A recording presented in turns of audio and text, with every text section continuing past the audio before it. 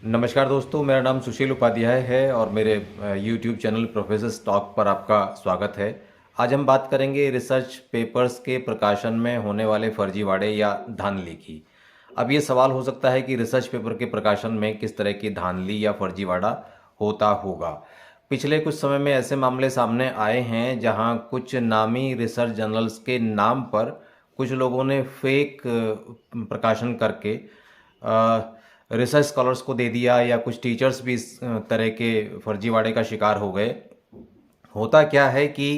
Social media पर और कुछ ग्रुप्स में इस तरह के मैसेज अक्सर प्रसारित होते हैं कि 3 दिन में, 5 दिन में, 1 सप्ताह में, 10 दिन में आप रिसर्च पेपर छपवाइए और रिसर्च पेपर की प्रिंटेड कॉपी भी ले लीजिए, उसका सर्टिफिकेट भी ले लीजिए। तो इस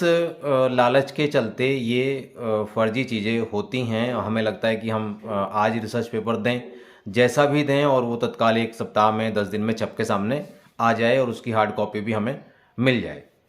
लेकिन जब हम इसका इस्तेमाल कहीं करते हैं तो पाते हैं कि जिस पीयर रिव्यूड में या जिस केयर लिस्टेड जर्नल में ये प्रकाशन कराया गया है, तो उसके ओरिजिनल अंक में या मूल असली जो अंक है उस अंक में तो ये पेपर है ही नहीं, बल्कि किसी ने इसकी रेप्लिका बना के, इसकी एक फेक कॉपी बना के पकड़ा दी है। तो इन चीज़ों से बचने की आवश्यकता है। अब देखिए, यहाँ 2-3 बातों का ध्यान रखा जाना चाहिए। एक पहली बात ये कि भले ही UGC care listed research papers और पीयर रिव्यूड को बराबर मानती हो, दोनों विकल्प में दिए हैं नियुक्ति संबंधी प्रक्रिया में, लेकिन आप ये देखेंगे कि देश की ज़्यादातर यूनिवर्सिटीज़ और ज़्यादातर बड़े संस्थान साफ साफ लिख रहे हैं कि आपके केयर लिस्टेड पेपर ही मान्य होंगे। और कई संस्था तो ऐसी हैं जो केयर लिस्टेड में भी ये कहती हैं कि करंट में जो केयर लिस्टेड में रिसर्च जर्नल्स हैं उन्हीं में होनी चाहिए। इसके अलावा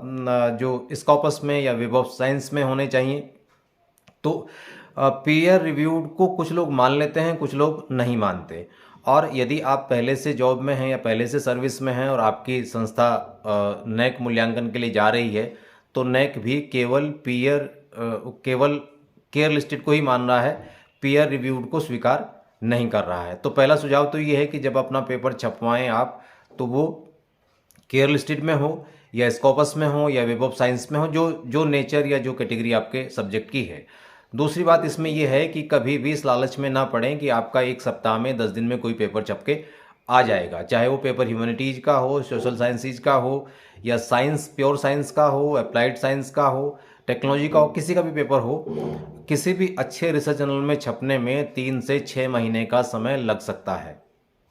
तो अगर सामान्य प्रक्रिया में 3 से 6 महीने का समय लग रहा है, तो फिर ये कैसे संभव है कि कोई 1 सप्ताह में या 10 दिन में आपको पेपर छाप के और उस संबंधित रिसर्च जर्नल की हार्ड कॉपी भी दे देता है। तो इससे बचने की आवश्यकता है। रिसर्च पेपर्स के जो छपवाने का जो दबाव रहता है, तो कई बार ये होता है कि जो टीचर पहले से सर्विस में हैं तो उनका प्रमोशन हो रहा होता है या उन्हें किसी नई जगह पर अप्लाई करना होता है, तो तब अचानक लगता है कि मिनिमम संख्या जैसे तैसे पूरी कर ली जाए।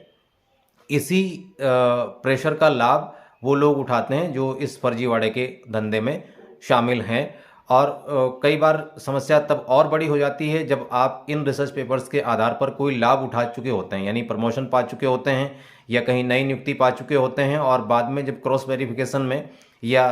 इनके वेरिफिकेशन में आप पाएंगे कि ये तो फर्जी था। तो कभी भी इस लालच में ना पड़े कि आज आपने पेपर दिया है और ये कुछ दिन के भीतर छपके आ जाए।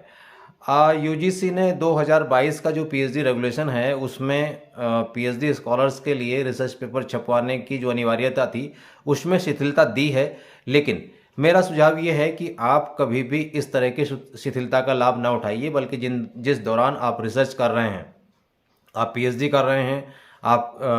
पहले से एमफिल में एनरोल हैं, अभी आपकी डिग्री कंप्लीट नहीं हुई, या मास्टर्स लेवल पर आपके यहाँ किसी तरह का रिसर्च प्रोजेक्ट होता है, तो उस दौरान यदि आप रिसर्च पेपर छपवा सकते हैं तो ज़रूर छपवाना चाहिए। ये आपको आगे लाभ देगा, क्योंकि तब आपको अपने गाइड का साथ भी प्राप्त होता है, अपने डिपार्टमेंटल या यूनिवर्सिटी की जो रिसर्च कमेटी है उसका भी साथ प्राप्त होता है। तो तब रिसर्च पेपर छपने में थोड़ी सी आसानी होती है, वहाँ पर भी इनका लाभ मिलेगा। और जब आप आगे शोध अधिकारी के रूप में, वैज्ञानिक के रूप में, सहायक प्रोफेसर के रूप में कहीं नियुक्त होने जाएंगे, तो उस नियुक्ति प्रक्रिया में भी आपके इन रिसर्च पेपर का लाभ मिलेगा। और एक बात और है कि जब आप रिसर्च की दुनिया में आ गए हैं, चाहे पीएचडी कर रहे हैं या किसी और रिसर्च प्रोजेक्ट के साथ एसोसिएट हैं, या आप ऑलरेडी जॉब में हैं और पढ़ना पढ़ाना आपका पेशा है, तो फिर नियमित रूप से आपको रिसर्च पेपर लेखन में या रिसर्च में एक्टिव होना चाहिए। आमतौर से भाषाओं में और सोशल स्टडीज़ में या ह्यूमैनिटीज़ में, लैंग्वेजेज में एक थोड़ा सा ढीला ढालापन रहता है कि कोई बात नहीं, जब रिसर्च पेपर की ज़रूरत होगी तब छपवा लेंगे। रिसर्च के संदर्भ में इस दृष्टि से बचे जाने की आवश्यकता है। और चूँकि हायर एजुकेशन में 3 महत्वपूर्ण उद्देश्य निर्धारित किए गए हैं, एक है टीचिंग, दूसरा है रिसर्च और तीसरा है एक्सटेंशन। यानी हर शिक्षक को जो इस वक्त एंगेज है हायर एजुकेशन के साथ, तो उसको रिसर्च का कंपोनेंट 1/3 रखना ही है। अगर आपको ये जानना हो कि आपके रिसर्च पेपर जहाँ छपे हैं वो फर्जी जर्नल तो नहीं है, फर्जी इन सेंस कि वो रिसर्च जर्नल तो असली हैं, लेकिन उनके नाम पर किसी ने फर्जीवाड़ा तो नहीं किया है, तो पुणे यूनिवर्सिटी केयर लिस्टेड से संबंधित काम को संभालती है। वहाँ पर भी उनकी वेबसाइट पर जाकर आप चेक कर सकते हैं कि कौन कौन से रिसर्च जर्नल्स के नाम की आड़ में इस तरह के काम होते रहे हैं। तो जैसे कि मैंने सुझाव के तौर पे ये बात कही है कि जब भी आप अपना कोई रिसर्च पेपर या रिसर्च वर्क प्रकाशित कराएं, तो किसी भी हल्के, औसत या चलताऊ रिसर्च जर्नल से बचें जो ये दावा करता है कि वो बहुत जल्दी आपको प्रकाशित करके दे देगा। दूसरी बात इसमें एक महत्वपूर्ण ये भी है कि कोशिश करें कि आप विश्वविद्यालयों के रिसर्च जर्नल्स में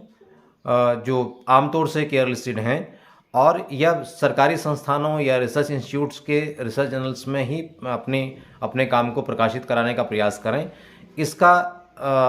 बड़ा लाभ ये होता है कि विश्वविद्यालयों के और रिसर्च संस्थानों के रिसर्च जर्नल्स की रेपुटेशन अन्य की तुलना में थोड़ा सा बेहतर होती है और बेहतर मानी जाती है, और उन्हें केवल भारत में ही नहीं बल्कि दुनिया भर में स्वीकार भी किया जाता है कुछ छोटे छोटे